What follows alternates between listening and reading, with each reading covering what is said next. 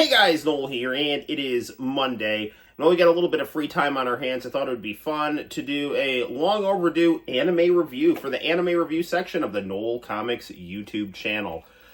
A lot of people ask me, Noel, what is your favorite anime movie? And sometimes I hesitate to say this one because nobody knows what the hell I'm talking about, and then it leads me going into a long rant about how awesome this movie is.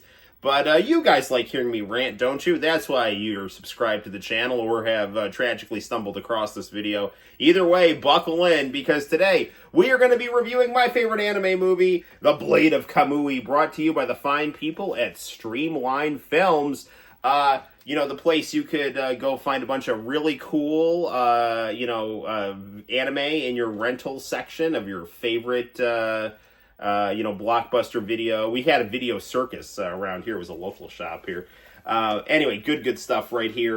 This is Carl Masick getting serious about dubbing anime. So let's talk a little bit about Blade of Kamui. Now, for those of you who don't know, I'm a social studies teacher. I have a bit of a background in history.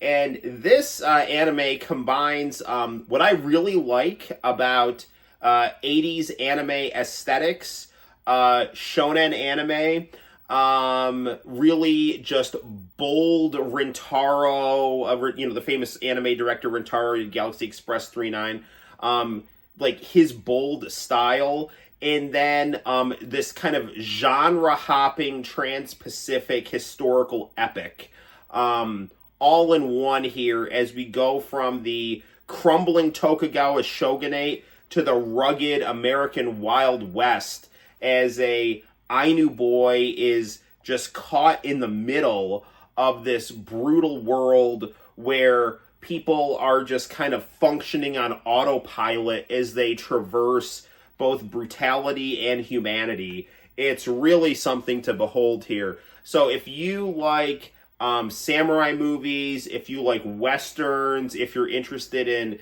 the history of the Tokugawa shogunate, or 19th century American history, there's a little bit of everything in this anime. And one of the things I really like about this anime is its ability to genre hop. Oh, look at that cute puppy. He's so cute and fat. I just want to poke him. All right.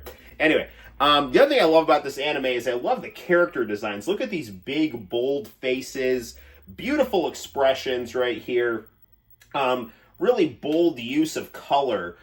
So I'm going to get into the synopsis of this anime here. It's all beautifully and masterfully executed. The fight scenes are these beautiful, psychedelic, artistic masterpieces that imagine like a Dragon Ball fight on LSD, but with a purpose, It's really, really beautiful. You don't even need LSD. It's just there's a really good artistic eye that plays with just color and emotion and vibrance and violence with the fight scenes in this anime here.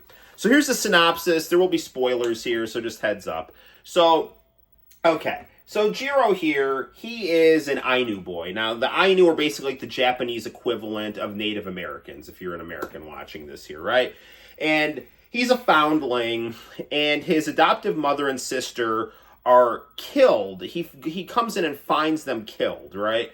And he picks up the blade that killed them, and these townspeople come in, and they're like, you killed your parents, or let's go kill Jiro. And so Jiro panics and runs away, and he's found by a psychotic, kind of like roided up Buddhist priest named Tenkai.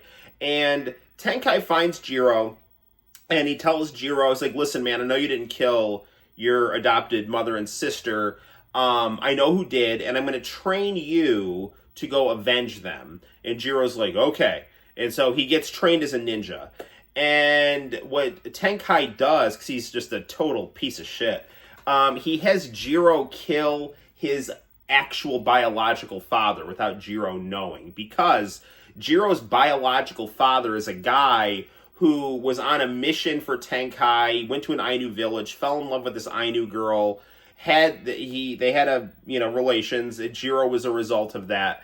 And, this Jiro's dad kind of slipped away from Tenkai, and Tenkai wants to, kill Jiro's dad because he betrayed Tenkai's ninja clan.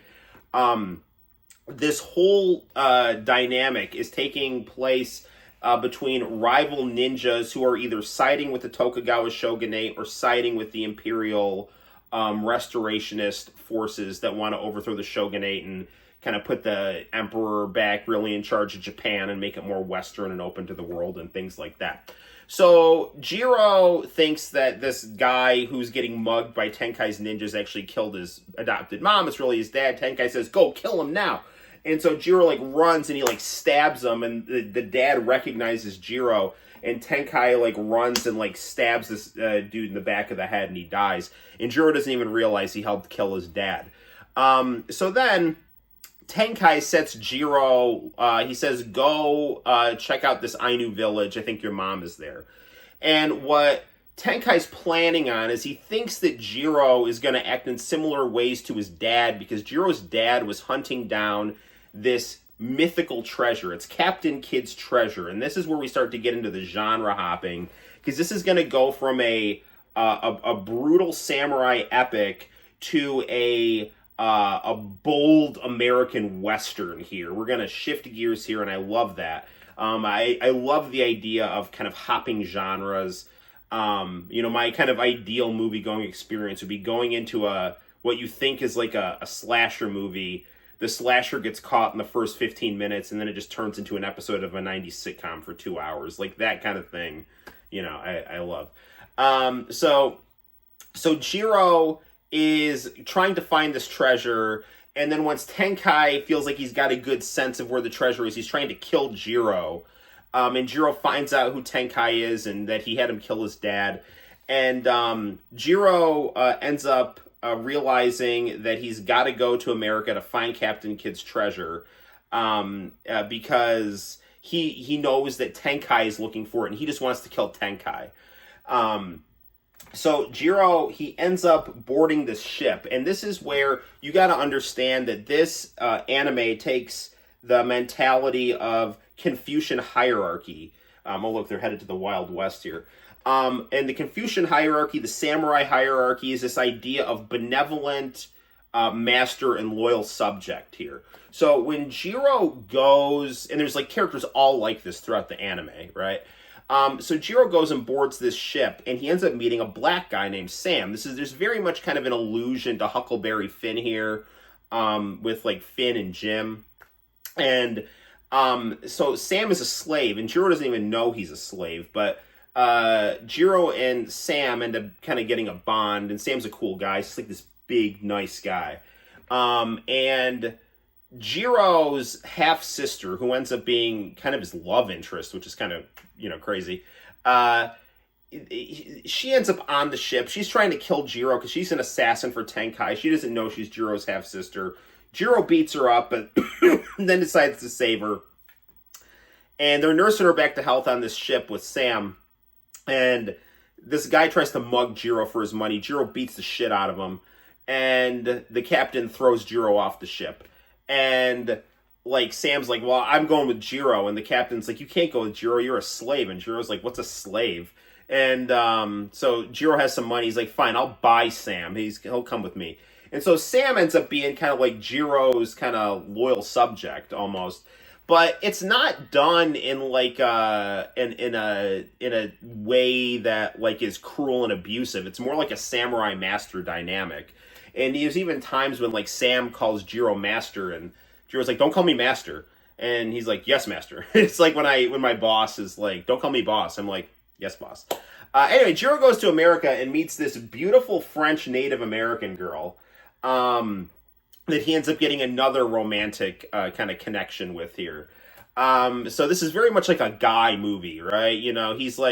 He's going through, he's trying to find his purpose, he's meeting beautiful women who are falling for him, and this Ainu kid who's become a warrior is now getting pulled in all these directions as the rival factions of Imperial Japan and Shogunate Japan are trying to find this mythical pirate treasure in order to fund either hanging on to power or overthrowing the existing power structure. What ends up happening is Jiro's half-sister, quasi-love interest, and Sam get separated from Jiro. They're trying to find Jiro. They go to America to find Jiro. Jiro ends up half dead, getting taken in by these cool Native Americans here. Meets this beautiful French foundling girl. Ends up meeting Mark Twain in a bar. He wins a shootout. They end up all these forces end up kind of converging in this cave where Captain Kidd's treasure is buried. And Jiro's half-sister seemingly kills Tenkai, and Tenkai like falls back into this giant chair, and the whole wall of the cave turns around, and there's this big mountain of gold, like the DuckTales opening credits.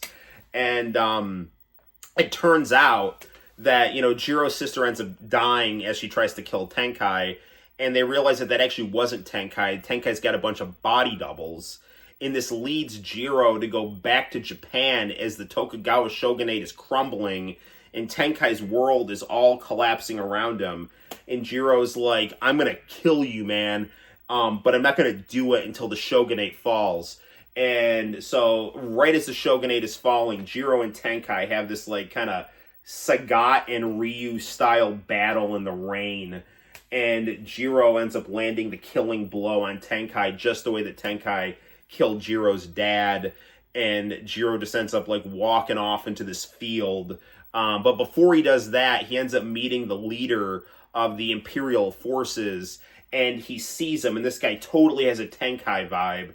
And Jiro, like this Tenkai is like superimposed on this Imperial leader. And it's very much like the Soviet silent film Ilyeta, Queen of Mars, where these proletarian Martians overthrow the bourgeois, corrupt royal family of Mars. But the princess ends up taking the side of the workers, and when she gets power, she just reconstitutes the old oppressive order. And there's very much that vibe that the new imperial forces are just going to be a different version of the Tokugawa shogunate, and Jiro's not really buying into any of it. So he just kind of walks off stoically with his half-sister love interest's puppy that is now a brutal, beautiful white wolf. And he just kind of walks off into the sunset, hopefully to go reconvene with Sam and his Native American girlfriend. History's all about continuity and change over time. And one of the continuities is that this anime is always going to be awesome. So on a scale of 1 to 10, I give The Blade of Kamui 1,000,005. I love this anime. It's beautiful. There's nothing like it. Check it out. Until next time, my name is Noel. You take care, and I'll see you in the very near future on the Noel Comics YouTube channel. Bye-bye.